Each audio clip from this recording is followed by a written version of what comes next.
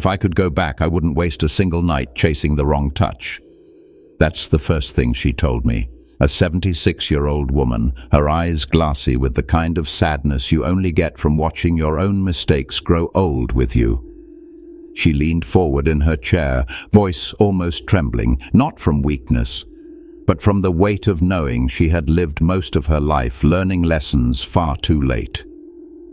She told me, "I've learned that lust burns bright, but love, real love, the kind that changes you, it glows quietly. Most men spend their best years chasing the fire instead of the light."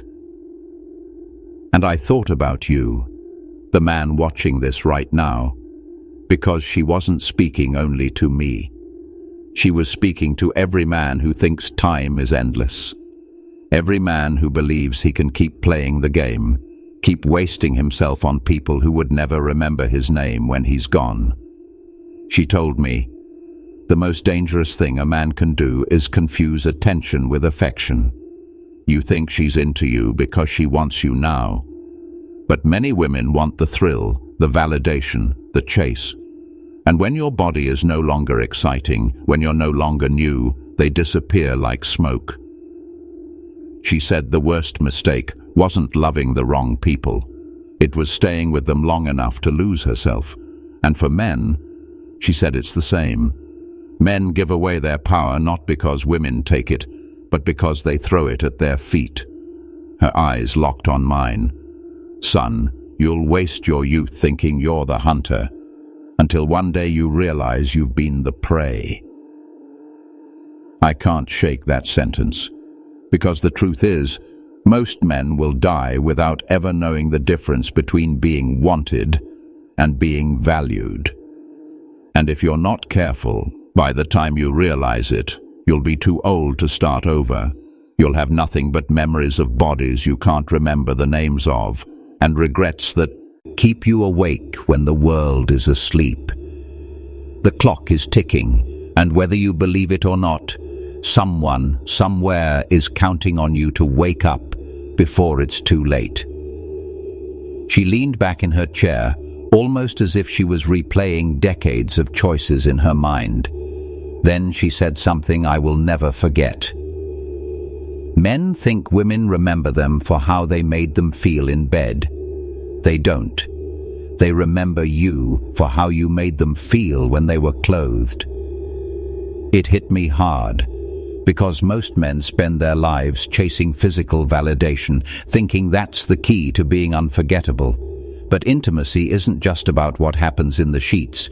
It's about presence, the way you carry yourself, the way you make her feel seen when no one else notices.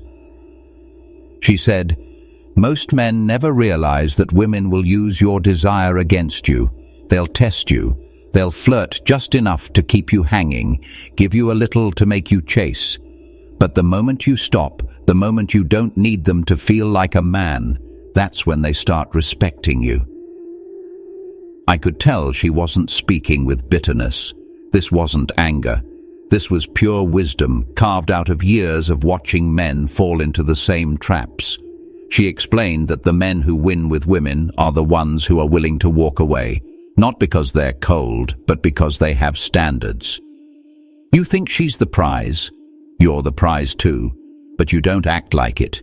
You hand over your heart, your time, your energy to women who haven't earned it. And when they don't respect you, you blame them. "But son, it's always been your fault." Her voice lowered. "A woman can't take what you don't give. She can't drain you if you never open the tap." Then she said something that still echoes in my head.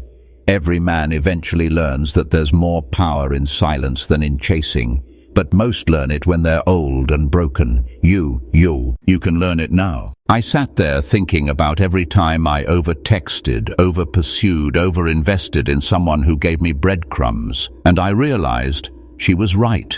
It's not women who waste a man's life. It's the man who refuses to discipline himself. And in that moment, I understood the core of her advice. You can't control how women behave, but you can control the man you become. And that changes everything.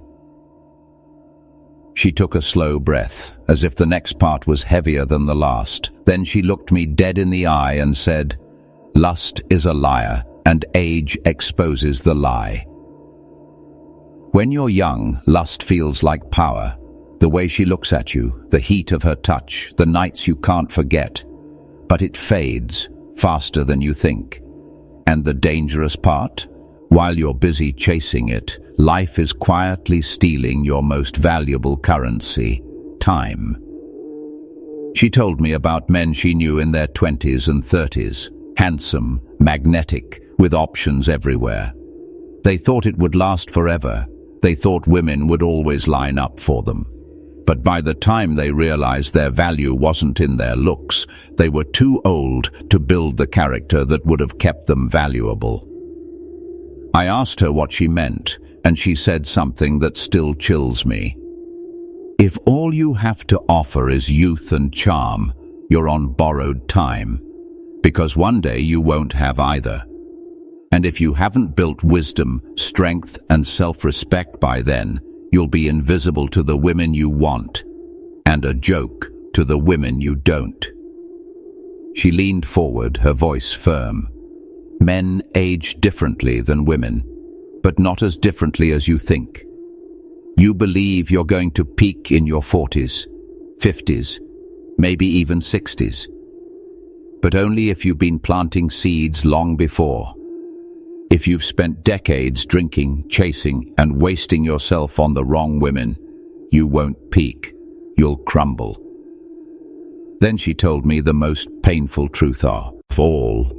Lust is like eating sugar every day. At first it's sweet, then it makes you sick. And by the time you realize you need something real, your body, your heart, and your mind might be too damaged to give it or receive it. She wasn't telling me to reject intimacy. She was telling me to master it, to stop letting it master me. She explained that a man who can control his sexual impulses will have more options, more respect, and more peace than the man who lets his desire dictate his life. Son, one day your reflection will scare you, not because you're old, but because you'll see every bad decision written on your face, and the worst part, you'll know you could have done better. She grew quiet for a moment, staring past me as if she was speaking to the ghosts of her own past. Then, without breaking her gaze, she said, "Every man needs to understand this. Women don't destroy men. Men destroy themselves for women." It wasn't an accusation, it was a mirror.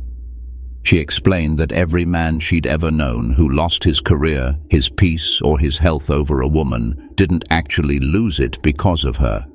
He lost it because he chose her over himself.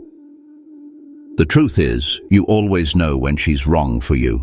From the first conversation, from the first kiss, there's a voice inside you that whispers, "This is not it."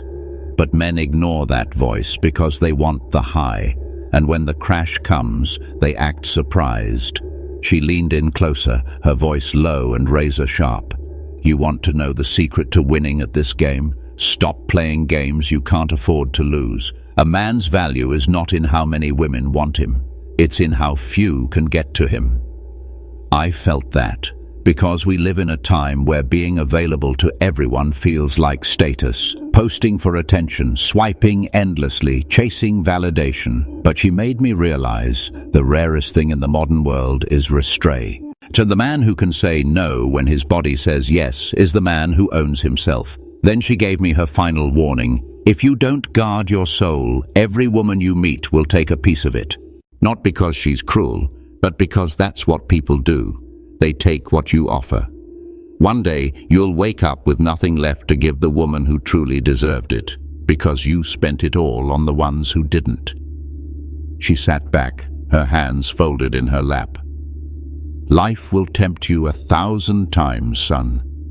And every time, you'll think you can handle it. But one day, you'll find yourself tired. Tired of starting over. Tired of trying to fix what's been broken for years. And you'll wish to God you had chosen better. Choose now. When I left her house that night, I didn't feel sad for her. I felt warned.